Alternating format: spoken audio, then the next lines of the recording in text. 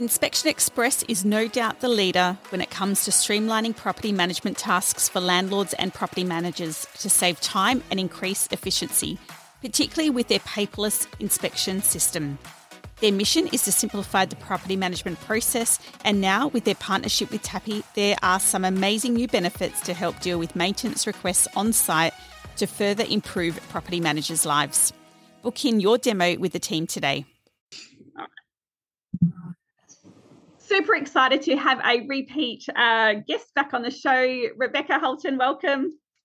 Hi, Ash. How are you going? Good. Now, Beck is the CEO of LJ Hooker City Res, and normally I would say to you, go through and give us a history and you and all of that. But I reckon most people will know who you are, and they can probably easily Google you as well. But I put on my post yesterday that you would be one of the best sort of business owners, best run agencies in Perth with LJ Hooker City Res. And I am always enjoying our catch-ups and your experience when it comes to operating a team and staff, and especially buying rent rolls, which is what we're going to be talking about today. Excellent. Yes, thank you. That's very kind words. I don't know if we run that well, but I'm sure we try our best. You are. Now, we've got a couple of guest questions, which I thought were fantastic. So we'll get into those a bit later. But can you go through and talk to me about how many rent rolls or acquisitions you have done during your time? Yeah, sure. Oh, during my time, I'm not sure. I can probably talk about the last 2 years, which is probably relevant. So in the last 2 years, we've done 4 acquisitions.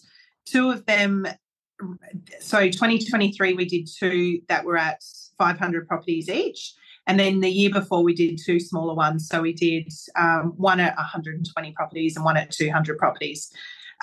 So yeah, over the 2 years would be 4 acquisitions, 2 of them quite sizable.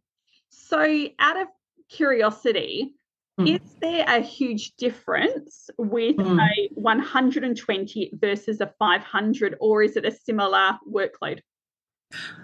No, definitely not a similar workload.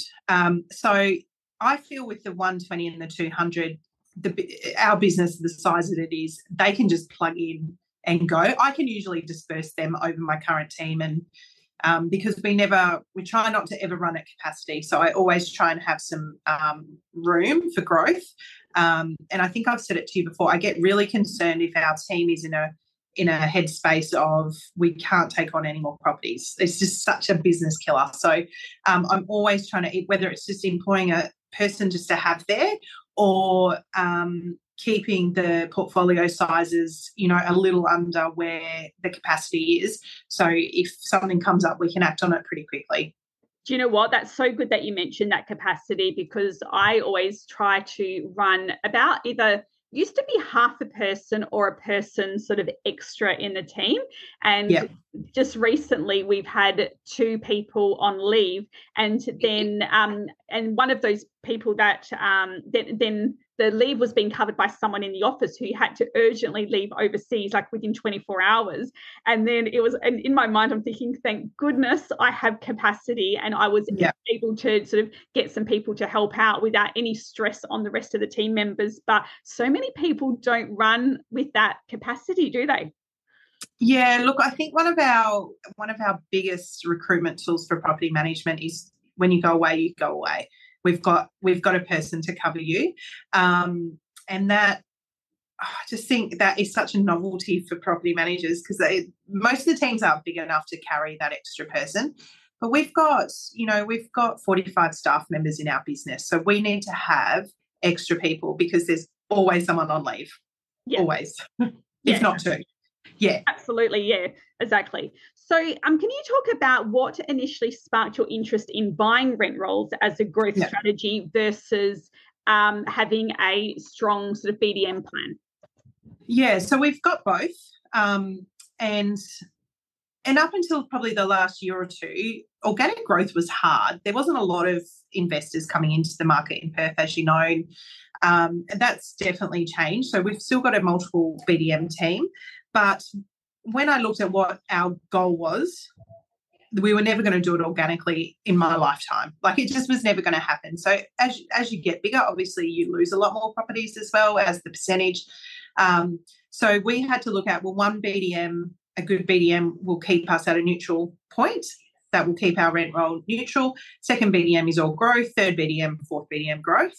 But for us to be able to afford to employ good BDMs and pay them well, we had to get the income in a lot quicker. So we looked at it as the strategy, and interest rates have gone up a bit now, but money's still not that expensive to borrow. So we looked at it and thought, okay, well, how many can we purchase and acquire, and what does that do to our bottom line, and how does that what can we do with that money to help that organic growth?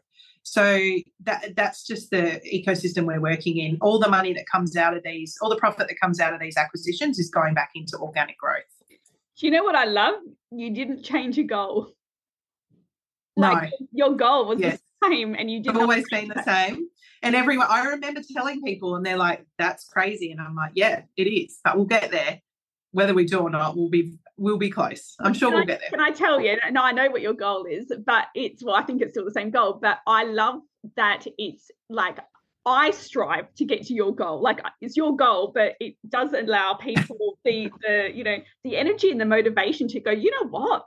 If Beck can do it, maybe I can give it a good old try as well. So it's motivating. Oh, if I can do it, you can definitely do it. I'm a rookie in the PM space, but I love the growth side. I do love it. Yeah, and what is really interesting, and I'm just recognizing maybe what I'm doing wrong, is that I love how you've set your goal and then you've worked out, okay, well, to do that, I'm going to have to, have this many BDMs and do this many acquisitions.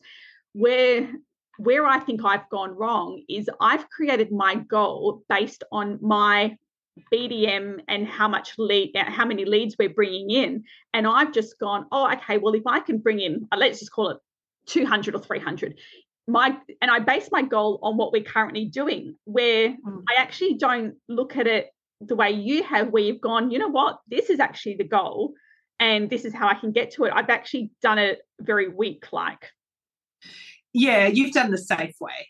You've set your goal around already what you're doing, and I don't think there's anything wrong with that, because you're doing phenomenal business. But for us, it's like, okay, well, we're in a very similar situation where both our business partners are, Frank's definitely retired, and then I'm like, well, what? How do I grow it to where I need it to be, and then I can get out, and it's.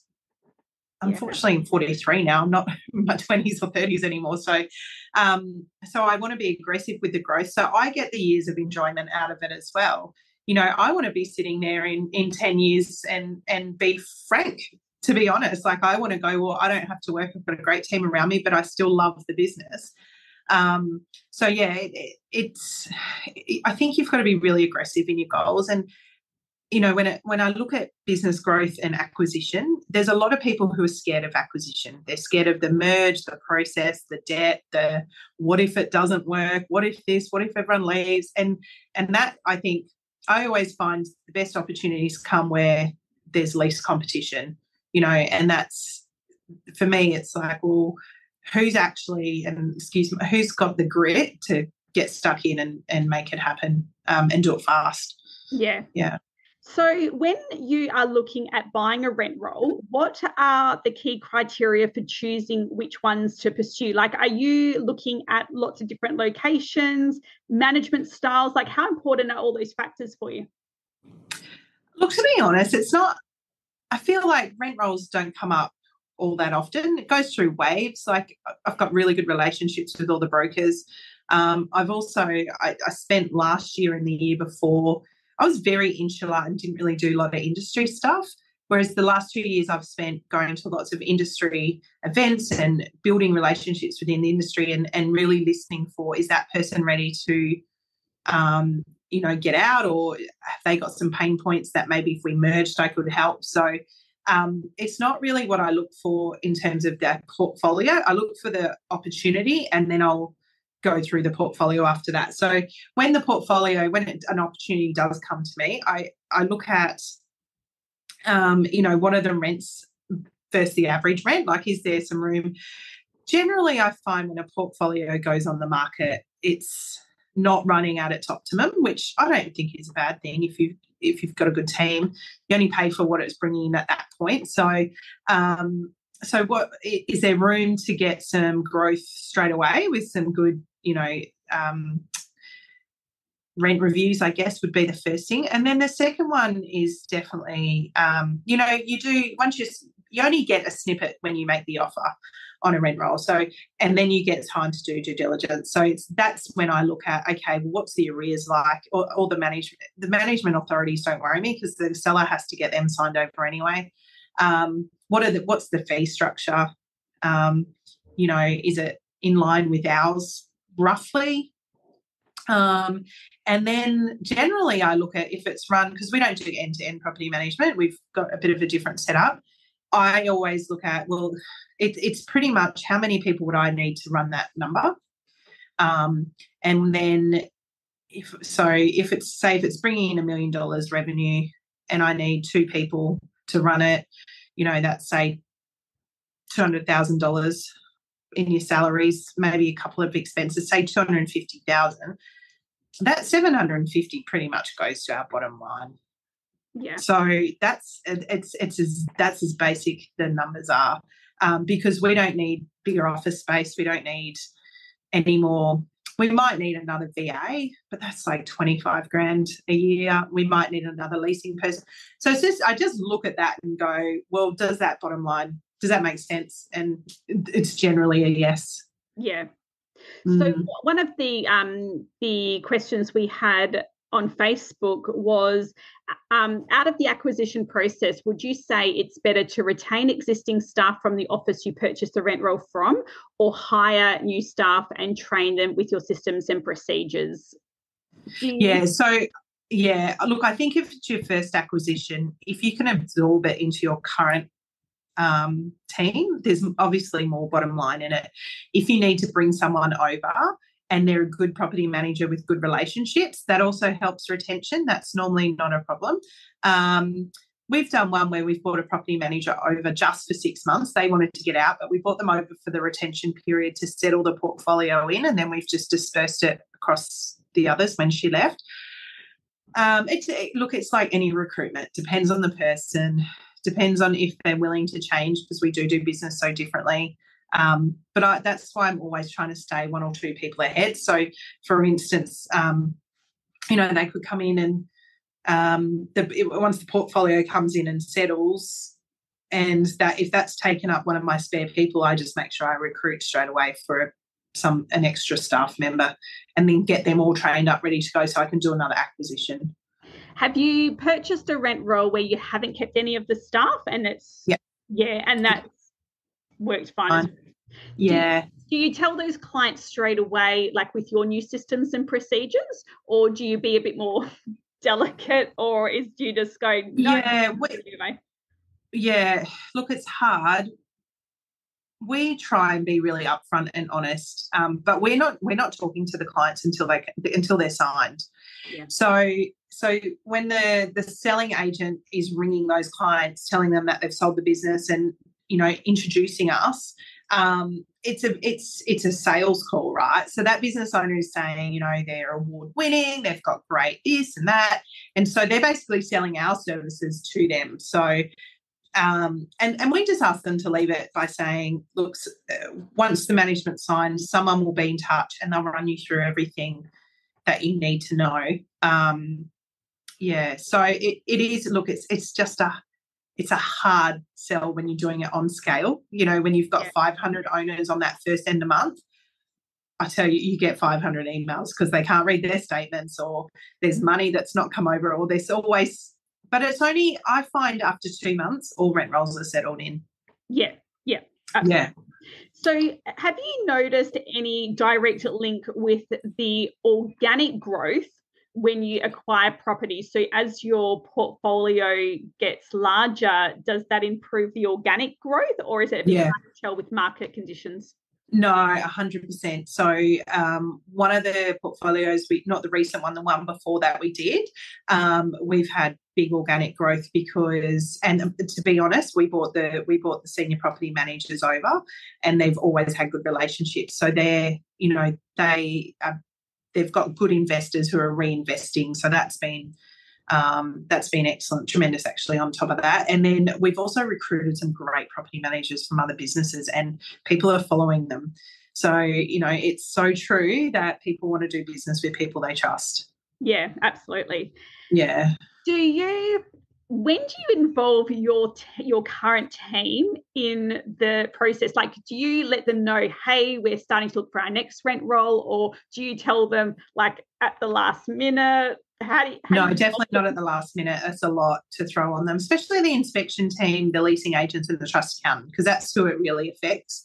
So, look, I think my team just expects that I'm going to do it consistently. And I've said to them, we are in growth mode. So, if something comes up and the opportunity is there, we'll get stuck in. And everyone's really excited about the growth. But if it's a hard acquisition, a bit of acquisition fatigue sets in. I'm not going to lie. Like, people are like, oh, here we go again. Or had a meeting with, my EA and office manager this morning, and they're like, can you just hold off a little bit? This one's been tough. And I'm like, yeah, no worries. So I just roll with how my team feel, but they all definitely know. And I think it gives them job security too. They're always going to have a job if we keep growing, and they're good people. So, yeah, I can't tell anyone who it is or what we're looking at, or even, they're pretty cluey. I think I told them the size and they were like, they knew, they were like onto it. And I was like, okay.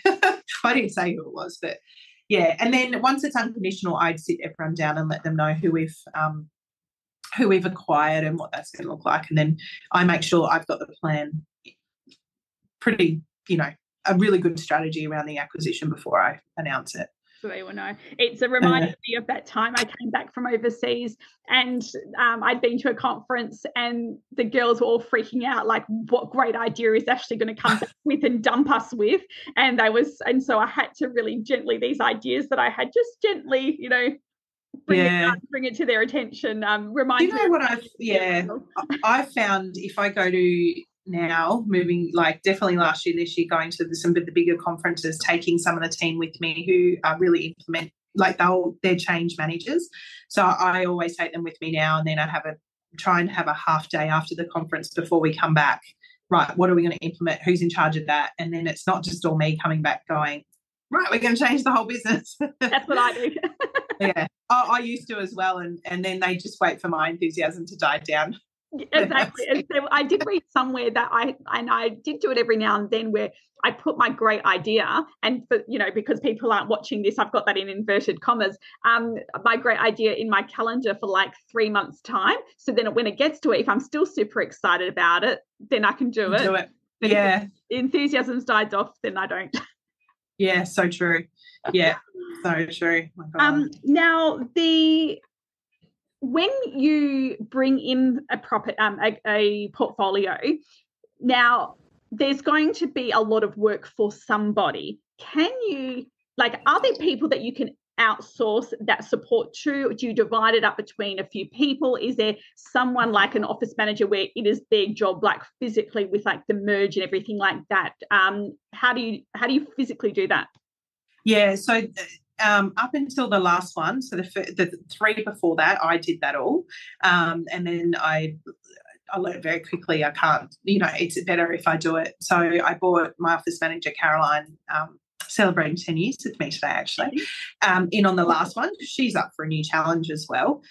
So she came to the meetings prior to it even going unconditional, and so she got to see the whole process.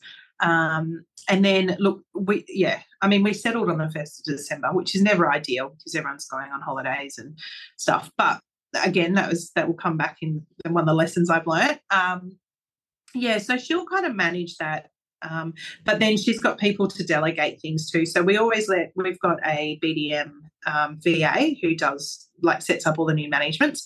So we let them know that it's coming.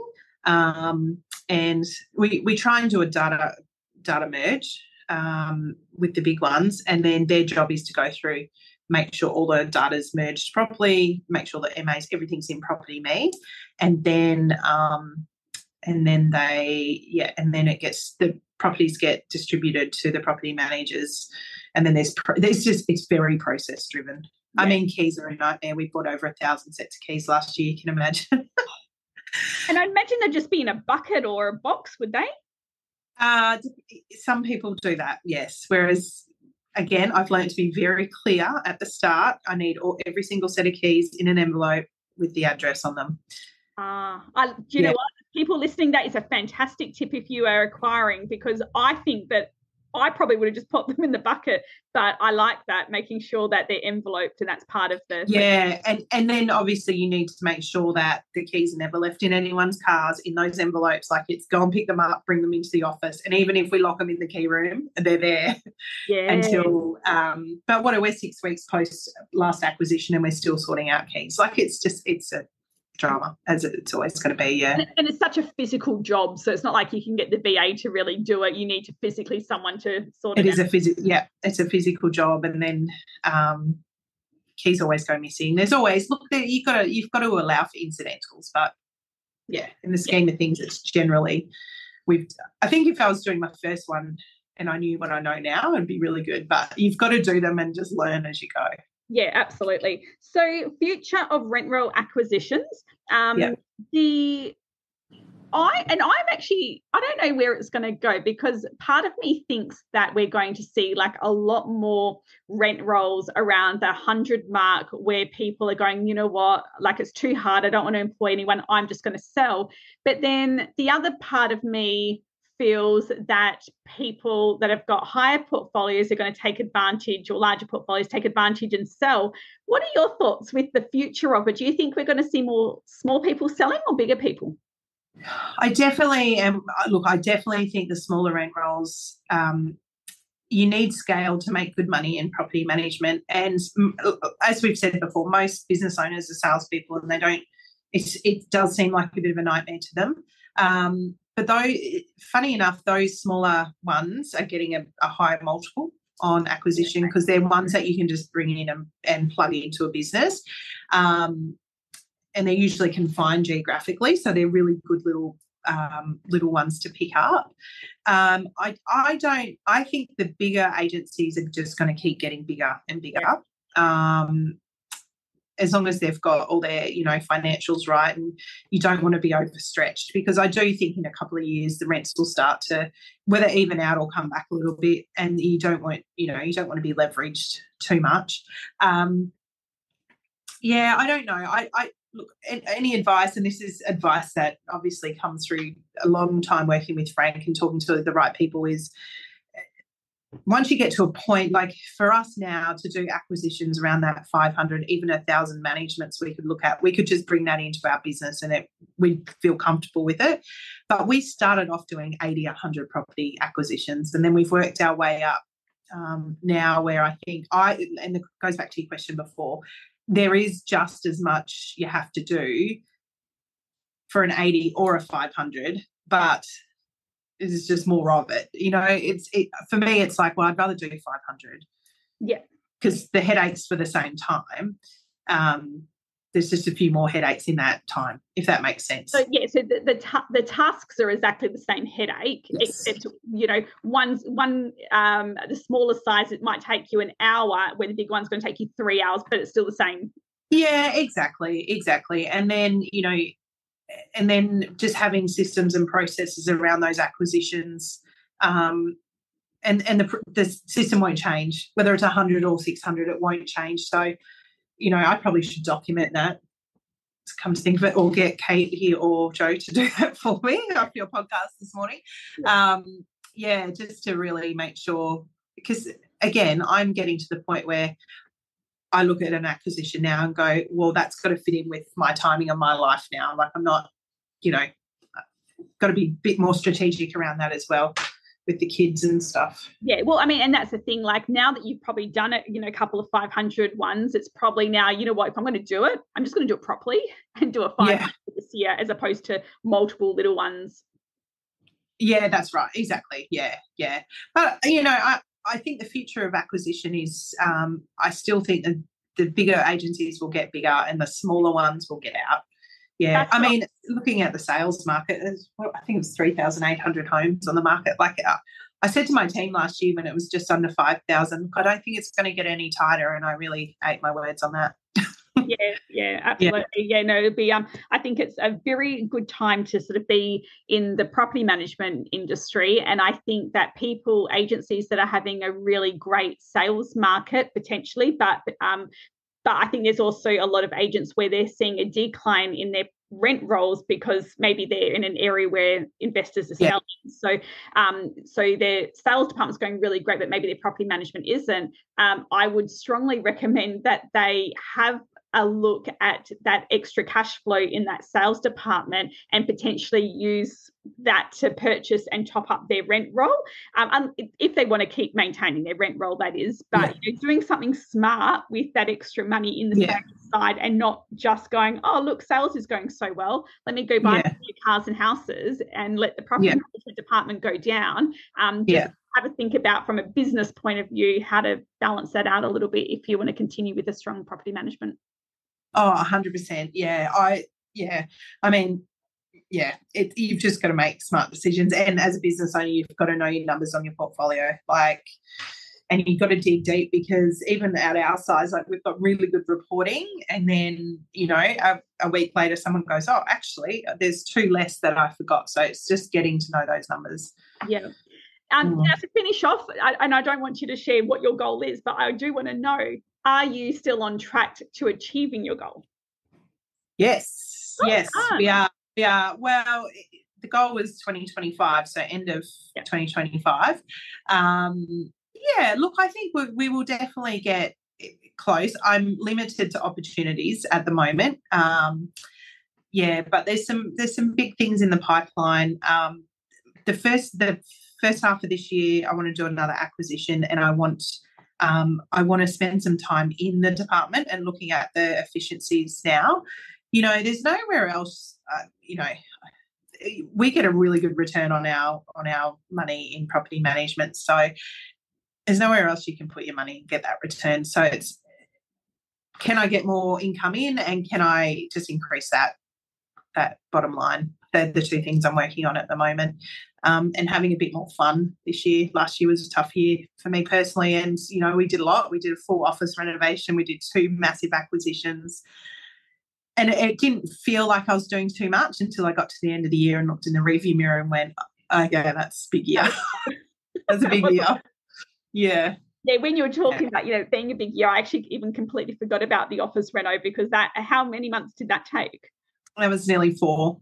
Months. And guys, that's moving a lot of people out of the business, and a lot of people back in, but well worth every moment of it. It's a beautiful, amazing space. And even just being in the new space, if anyone's thinking about doing that, investing some money in their space, I can honestly say we've been in here probably 4 months now, and just the level of the energy of the business, you can feel it.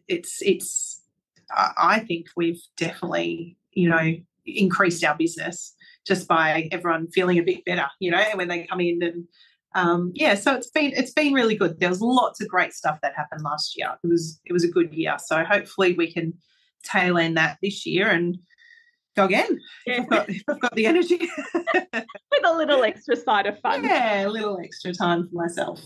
Amazing. Well, it's always lovely chatting with you, and thank you for providing that insight and answering those questions, because I think it's one of those topics where people probably feel a little bit uncomfortable, to potentially call you up or ask these questions. So it's really for people just to hear the conversation of the process of buying rent rolls, if it's something that they want to consider, and finishing off with, you had that strong goal and you didn't change the goal, you just changed the plan, which is something I need to take away and stop playing. And just on that, Ash, before you go, I'm happy to always answer any questions, or if anyone's about to do an acquisition, I'm more than happy to help people through that. I think, we don't ask each other enough, and because we all know there's a list of mistakes I've made that I'm hoping other people don't.